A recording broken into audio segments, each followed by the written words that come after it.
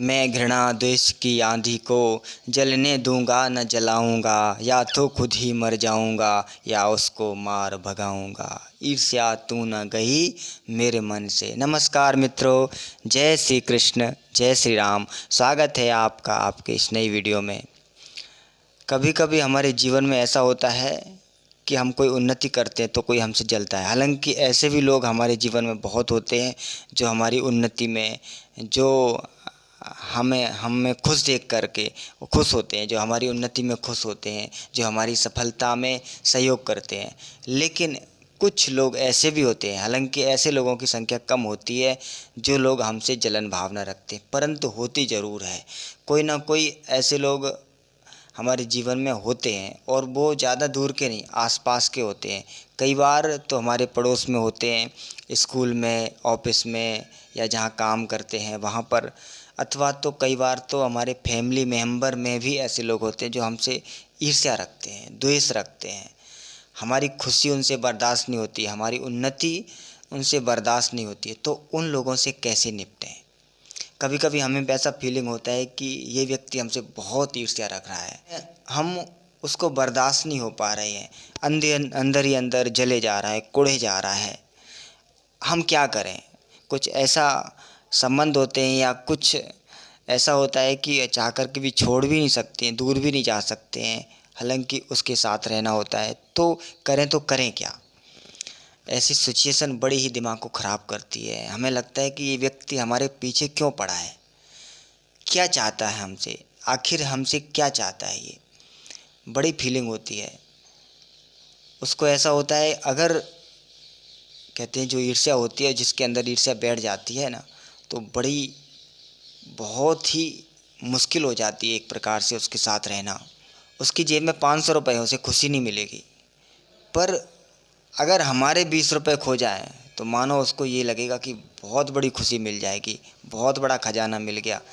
जो ईर्ष्या रखता है, जो जलन भावना रखता है, उसके लिए उसकी दीवार गिर जाए तो गिर जाए, लेकिन पड़ोसी की भैंस ज़रूर मरनी चाहिए।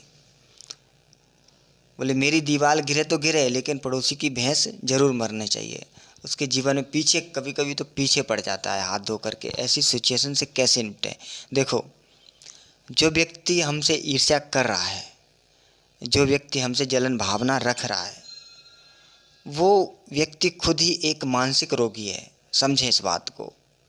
ईर्ष्या करने वाला, जलन भावना रखने वाला, यानी कि खुद ही वो लकड़ियाँ इकट्ठी करता है और खुद ही आग लगाता है और खुद ही उसमें कूदता है और खुद ही फिर झुलसता है और खुद ही फिर छटपटाता भी है। ये एक मानसिक रोग है। क्या करने वाला खुद ही एक मानसिक रोगी है। अगर उसके साथ हम पलटवार उसी प्रकार का व्यवहार करने लगेंगे तो वो तो रोगी है ना, और रोगी के प्रति संपैथी दिखानी चाहिए। तुलसीदास जी ने श्री रामचरितमानस में एक चौपाई कही कि पर सुख देख जरन सोई छई, ओ कुष्ठ दुष्टता मन कटुलई। जो दूसरों के सुख को देख करके जलन करता है, जलन भावना रखता है, तो क्या है उसके अंदर? क्षय रोग। उसको क्षय रोग बताया। आप समझ लो, कोई टीबी का मरीज हो, क्षय रोग माने जो टीबी का मरीज है। अब समझ लो आप कि जो टीबी का मरीज हो, आप उससे सिंपैथी दिखाएंगे, क्या करेंगे? वो खुद ही अपनी बीमारी से परेशान है, तो वो एक ऐसा मानसिक रोगी है जो खुद ही अपने आप को जलाए जा रहा है। दूसरी बात, आप परमात्मा को धन्यवाद दें कि परमात्मा ने आपको इस योग्य बनाया है। भाई देखो, सामने वाला आपसे ईर्ष्या कर रहा है तो किस लिए कर रहा है? कहीं ना कहीं आप उससे बेहतर हैं, कहीं ना कहीं वो चीज़ें आपको मिली हुई हैं जो सामने वाला पर्सन नहीं पा सकता है। तो आपको वो चीज़ें मिली हैं तो कहीं ना कहीं आपको वो श्रेष्ठ तो समझ रहा है ना। कहीं ना कहीं एक पर्सन तो है कि जो आपको कुछ ना कुछ श्रेष्ठ समझ रहा है, कुछ ना कुछ ऊंचा समझ रहा है, उन्नति किए हुए समझ रहा है। तो परमात्मा को धन्यवाद दो, परमात्मा ने मुझे इस काबिल बनाया कि मेरे पास भी कुछ चीज़ें हैं, मेरी भी कोई वैल्यू है। तीसरी बात, और परमात्मा से प्रार्थना करें कि हे प्रभु सद्बुद्धि दो, उसको सद्बुद्धि दो जो हमसे ईर्ष्या कर रहा है, ताकि वो इस अपनी बीमारी से बाहर आए। अपने आप को ठीक कर सके। परमात्मा से उसकी सद्बुद्धि के लिए प्रार्थना करें, हे प्रभु। और चौथी बात, हमें भी परमात्मा सद्बुद्धि दे। हे प्रभु, मुझे भी सद्बुद्धि दो कि मैं अपने कार्य में निरंतर आगे बढ़ता रहूं। ऐसे कोई ईर्ष्या कर रहा है, कोई कुछ निंदा कर रहा है, तो उनकी बातों में ना आकर हम अपने पथ से भटक ना जाए, हम आगे निरंतर ग्रो करते जाएं। और देखो, ये तो रहा इस सिक्के का एक पहलू। प्रत्येक सिक्के के दो पहलू हुआ करते हैं। अगर बाई चांस हम में ही ईर्ष्या है, हम ही किसी से जलते हैं, ये भी हो सकता है मुझ में भी ईर्ष्या हो, तो उसके लिए क्या करें? भाई, ईर्ष्या तो खुद ही जलाती है। मैंने बताया ना कि ईर्ष्या एक ऐसी चीज़ है, जो ईर्ष्या कर रहा है वो व्यक्ति ऐसा है, इतना ना समझ है कि खुद ही लकड़ियाँ इकट्ठी करता है, खुद ही उसमें आग लगाता है, फिर भी खुद ही उसमें कूदता है और खुद ही झुलसता, फिर खुद ही छटपटाता है। उस ऐसी आग से हमें भी क्यों ना बचने का उपाय करना चाहिए।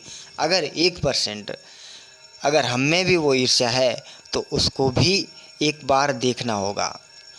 देखो, कोई चीज़ हमारे पास नहीं है, ठीक है, और किसी के पास है, तो हम उस व्यक्ति से ईर्ष्या करने की अपेक्षा हम एक गोल बनाएं कि वो चीज़ें हमें कैसे प्राप्त होंगी, और किसी की सफलता पर हमें अधिक खुश होना चाहिए।